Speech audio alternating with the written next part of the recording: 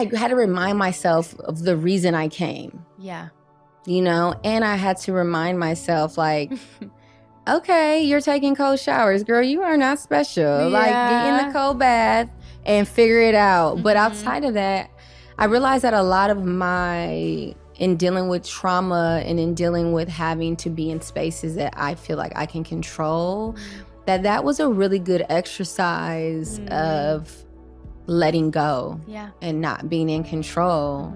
And I didn't have my comfort zones. I didn't have my friends that I can call. I couldn't go distract myself with television. Sparkling water. I couldn't get a ginger ale. Like, things that, and I didn't realize I was really dependent on a lot of things outside of myself for comfort. The little comforts. Yes, that I am like depending on when I am uncomfortable.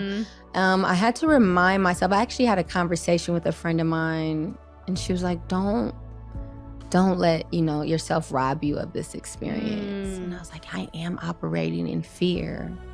I'm operating in fear. I'm okay, I'm safe, but I'm kind of like operating in fear because I'm out of my water, in my comfort zone.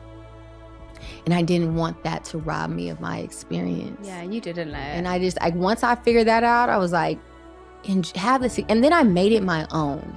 I think a lot of times when we are outside of our comfort zones, we feel like we just have to like conform. Yeah. And so I just like, why don't you just make it your own? And I made it my own. You did. And once I made it my own, I owned it, and it was lovely, and it was a beautiful. I tell you, it was like the most gentle, humbling I've ever had. I think more recently, just how I had to make very big changes in my life. Yeah.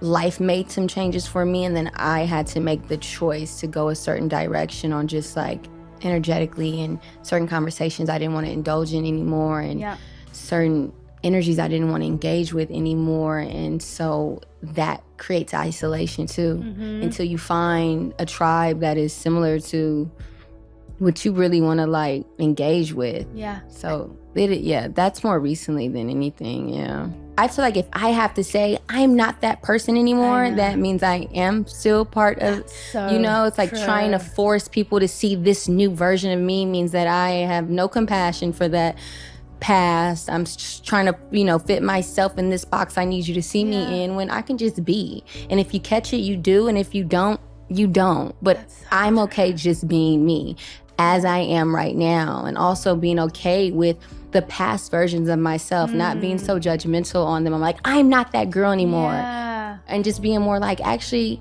that girl was so strong, and she brought me to this point, and I love her so much. Thank you so much. Yeah. And so I just don't, if someone doesn't see it how I see it, or doesn't get it how I get it, and it won't see me how I see myself now, I'm just like, that's just where you are. People can only perceive you with how deep they see themselves. I think that's like a saying, like I can only see you and have so much compassion for you with how much compassion I have for myself and where I meet myself. I always felt very connected to God early on. And so as just time is evolving, I realized that a lot of it was like God's grace and love over me, just to have this tenacity. For service and, connection with the Most High. I feel like that's like God's grace really over my life. How did it show up for you when you were younger? Just when I look back on my testimony, just where, things weren't going so well, but that I was still intact and I was okay. Did you still feel God's presence through that time? I look at it now and I do. I'm like, wow, God was right there. I was actually really covered, just to even have the love and the tenacity for God still, after everything, we as people go through. I think is just a grace and gift. Like, thank you that I'm still here seeking your love and sitting in your presence, Yeah. And I think just as far as like, I didn't have such a strong spiritual practice growing up. I realized I was very connected to like crystals. I still feel like a mess. That's the thing. It's like I still feel like a mess. And I guess I have to ask my friends how far I've come, because I still genuinely feel like I have not arrived anywhere.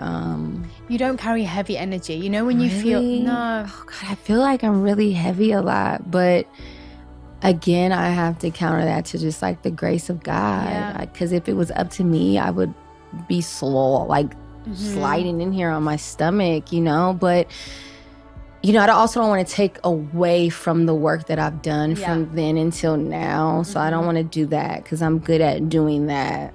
Can you think of like key things that pushed you through from? My kids are really big things, but also I was fortunate to have a lot of wise people around me, you know. Community. My community was really strong. I had a lot of healers with me. I had, you know, I always say Queen Afua, Reverend Michael, and then God just placed people in my life that can kind of just usher me in and teach me and guide me.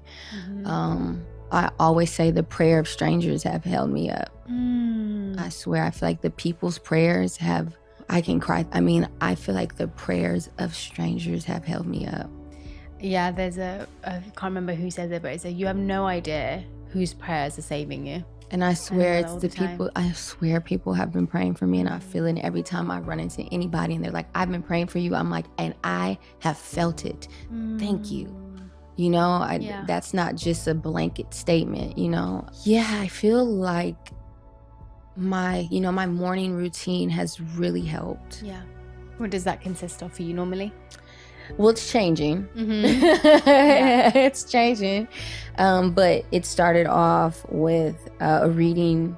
It started off with prayer, meditation. I started meditating during grief. Meditation was not a practice of mine. What kind of meditation? Is it silent or? Guided, and then it turned into silent. Through grief. So I'm not I'm not well versed on it. But what did it do for you? Yeah, what did it held me accountable. It held me accountable to the spaces inside of me that were ego driven, allowed me to be okay with my past, past versions of me that I could look back on and judge and like want to hide from. But it just allowed that openness of like, actually, without this, you wouldn't have that. You know what I mean? And then your past versions of yourself are just trying the best they can with what they got. You know what I mean? But just holding myself accountable, because I feel like accountability is the only way you can really move forward and actually shift and change and make healthier choices. Yeah, absolutely. You could judge that part of you.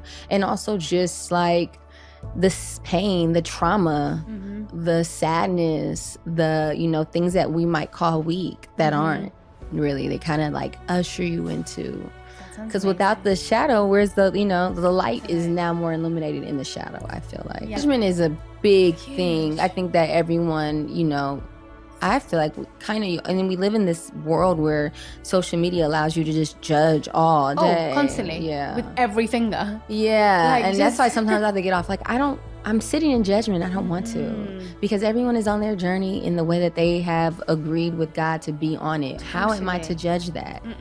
Who am I to judge that? And I've learned, like, what goes around comes around. So the minute I'm sitting here judging on you, I'm going to experience the equal amount of that. You know, it's like a ripple effect. And I don't want to put those ripples in the water. No. I don't want those type of ripples to turn back.